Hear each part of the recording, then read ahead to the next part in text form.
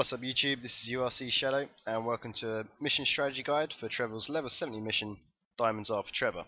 This is going to be for completing on solo on hard difficulty. So firstly, looking at the payout table for this mission, we can see the completion time brackets and the payout you get within those brackets. But realistically, you're not going to be able to complete this mission on your own in over 7 minutes. So it's likely you're going to be completing it in 8 minutes or over. So for between 8 minutes and 10 minutes, you'll get $15,540.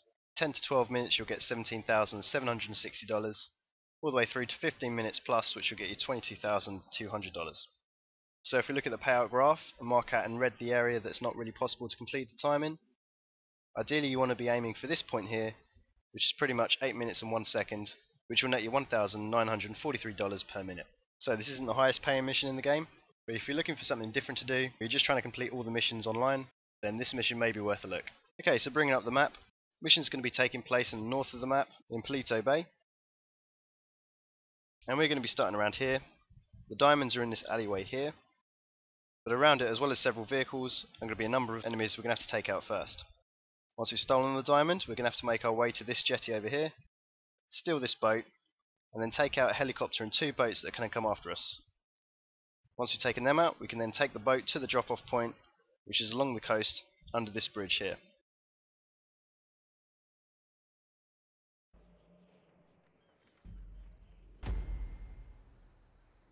So, starting the mission in Palito Bay, there are 2 entrances into the alleyway, one from the main road and one from a more secondary road.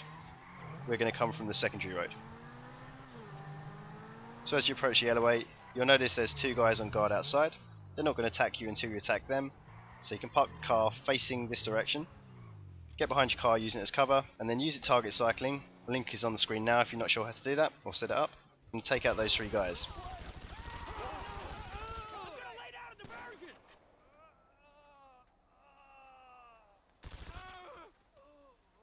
Once you've done that, instead of going down the alleyway, you want to head to this point here.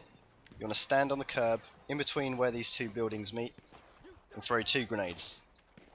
One about there and one slightly further up. I don't usually encourage the use of grenades in missions simply because they cost a lot of money.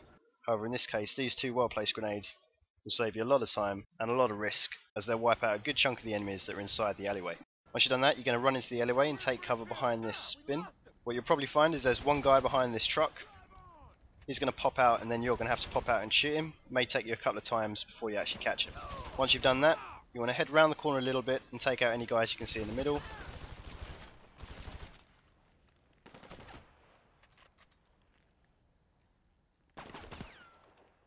And then once it's looking relatively clear, you want to make a dash for the other side of this truck. Come up to the back of it, take out the 1 or maybe 2 guys that are behind it. And then take out anyone in your direct line of sight that you think might be a threat. You'll notice the diamonds are on the floor next to you. So all you're going to have to do is run over and grab that diamonds as soon as you think the coast is clear. As soon as you got the diamonds, you're going to want to make a run back to your car. Luckily, you left it facing in the correct direction. So you want to jump in, head down the road and take an immediate right, ignoring the GPS. Once you've done that, you want to take an immediate left, and then take a right before the house and slowly go over the cliff to make sure you land on this dirt path and you don't overshoot and land on the beach. Go along this path, go over the yellow marker, but then come back out again through these bollards and onto the beach. The reason you're going to do this is twofold. One, because you're going to drive the car back in a second. Also, if you jump off the pier to the boat, you're going to hit the very shallow water and lose a bit more health.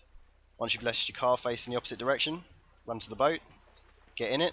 Now before you get in the boat, make sure you've got your heavy sniper rifle selected, because in the next section you're going to have to be quick, and the last thing you want to do is muddle around trying to choose your weapons. And immediately get out the boat and then get back into your car. This has now triggered the helicopter and 2 boats, and you're going to find it a lot easier if you take out the helicopter on land, rather than trying to deal with that and 2 boats out at sea. Once you're back in the car, you're going to drive back up the beach, try and get back up the hill, but if you can't, don't worry too much. Leave your car, carry on the rest on foot. You've got to be quick here because the helicopter's already on its way. And the best place I've found is just at the top of these steps here. Turn 90 degrees left, look along the coast with your heavy sniper rifle, and you should see the helicopter coming. Now just start trying to pump it with bullets. Ideally, you want to aim slightly to the right hand side of the front of the helicopter, trying to hit the pilot. If you do hit the pilot, you'll see he falls out and the helicopter will go and crash into the ground.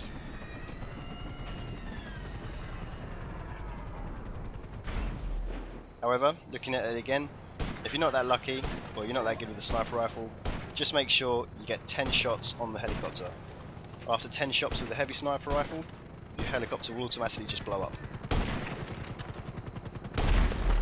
You will take 20 shots with normal sniper rifle, which you may or may not have enough time for, but by the time you get to level 70 and have this mission available, you should already have the heavy sniper rifle. Once you've done that, you're going to want to lurk out to sea, and you should see the headlights of 2 boats out there. You can shoot each one a couple of times to get their attention, and they'll start making their way towards you. Now what's nice about this is they won't actually come all the way to the shore. They'll come a certain distance and then they'll stop, which means it should be nice and easy for you to then take them out one at a time. Each boat contains 2 blokes. Ideally you want to take out the left hand side bloke first, and that's simply because he's the passenger, and if you kill the driver, the passenger will just move to take over the driver's place. Every now and then they might inch a bit forward, but they're not going to come much closer than this, which means it's 0 threat to you as long as you don't go onto the beach and try and engage them with a normal weapon.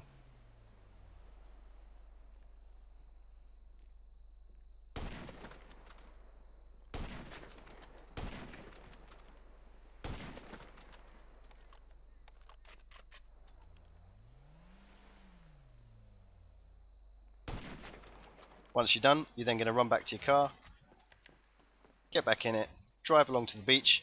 You may find your boat has now drifted slightly, so you may have to go under the pier and along the beach slightly to get to it. The rest is now easy. Jump in the boat and drive it to the drop-off point. There won't be any other threats along the way. You can hold down on the left stick to bring the front of the boat up while you're going through the waves. This will help you get a bit more speed. Watch out for the few bits of sand that stick out from the coast. Just keep an eye on the map as you're driving along to make sure you don't run into anything. Right at the end you'll notice some rocks. You just need to make sure you drive around them carefully so as not to wreck them. So anyway guys, I hope you found that useful. If you did, please feel free to like and subscribe to support the channel. And feel free to check out my other videos. Got loads of mission strategies, tips and tricks videos and speedruns. Cheers guys, thanks for watching.